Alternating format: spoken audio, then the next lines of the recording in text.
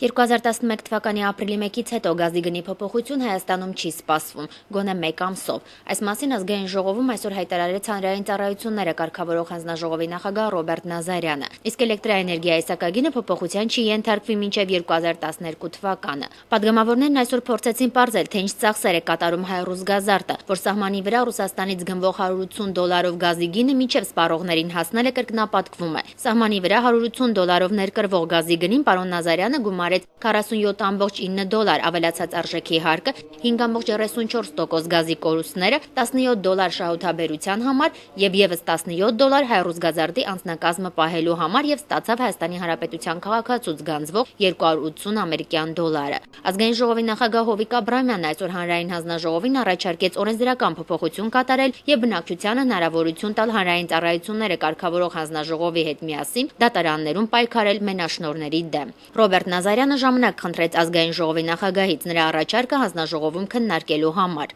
Այսօր ազգային ժողովում իր տարեկան զեկույցը ներկայացրեց նաև տնտեսական մրցակցության պետական պաշտպանության հանձնաժողովը։ Ինչ է անում հանձնաժողովը գնաճը զսպելու համար, պատգամավոր Արծվիկ Մինասյանի հարցից պարզ դարձավ, որ հանձնաժողովը այս հարցում անելիք չունի։ Ինչպես Հայաստանում, այնպես էլ աշխարհի բոլոր երկրներում հանձնաժողովը պատասխանատու չէ գնաճի եւ սահմանված գների համար։ Հանձնաժողովը պատասխանատու է միայն գների չհիմնավորված բարձրացումների եւ չարաշահումների համար։ Հանձնաժողովի նախագահ Արտակ Շաբոյանի կարծիքով ազգային ժողովը պետք է օրենսդրական փոփոխություն կատարի եւ բացի պատժելուց հանձնաժողովին նաեւ կանխարգելելու հնարավորություն տա։